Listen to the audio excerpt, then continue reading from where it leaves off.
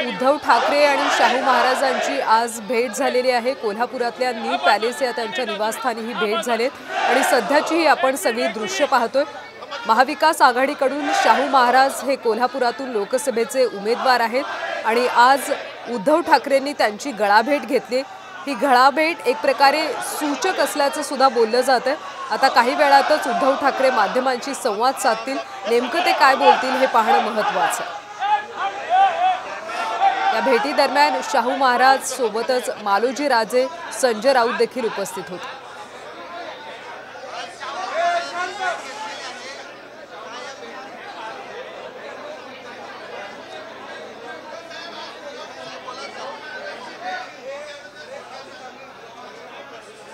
आज कोल्हापुरामध्ये आदरणीय शाहू महाराजांची भेट घेतलेली आहे। तुम्हाला आणखीन काही सांगण्याची आवश्यकता नाही। ठाकरे कुटुंबीय आणि छत्रपती शाहू महाराजांचे ऋणानुबंध हे माझ्या आजोबांपासून आहेत आणि मला आनंद आहे की याही पिढीमध्ये आणि पुढच्याही पिढीमध्ये ते अशीच घनिष्ठ राहतील। आज महाविकास आघाडीतर्फे शाहू महाराजांची उमेदवारी जाहीर झालेली आहे।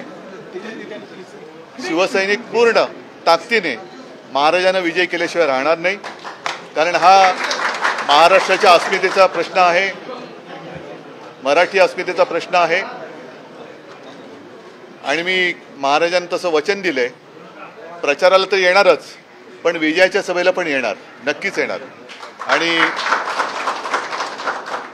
नुसतं एवढं बोलून नाही थांबलेलो, कारण मी माझाही स्वार्थ साधलेला आहेच।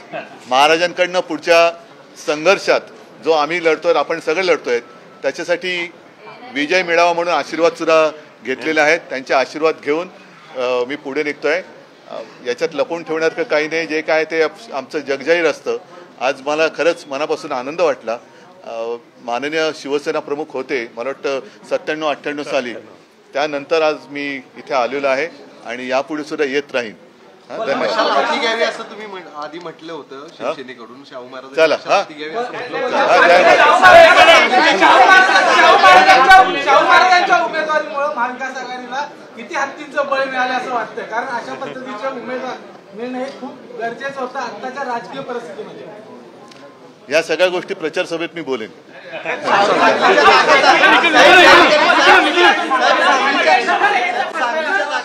चला हा शाहू महाराज कोणाचे तुम्ही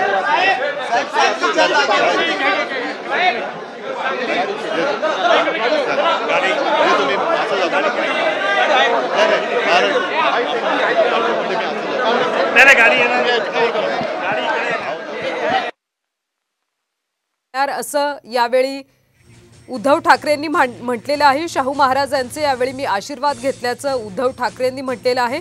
मी प्रचाराला येणार आणि मी विजयी सभेला सुद्धा येणार असं यावेळी उद्धव ठाकरेंनी म्हटले। त्यामुळे एक प्रकारे महाविकास आघाडीचा उमेदवारच विजयी होणार असं उद्धव ठाकरेंनी यावेळी ठणकावून सांगितलं।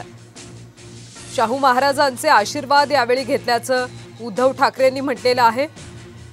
काही वेळापूर्वीच शाहू महाराज आणि उद्धव ठाकरे यांनी गळाभेट घेतली।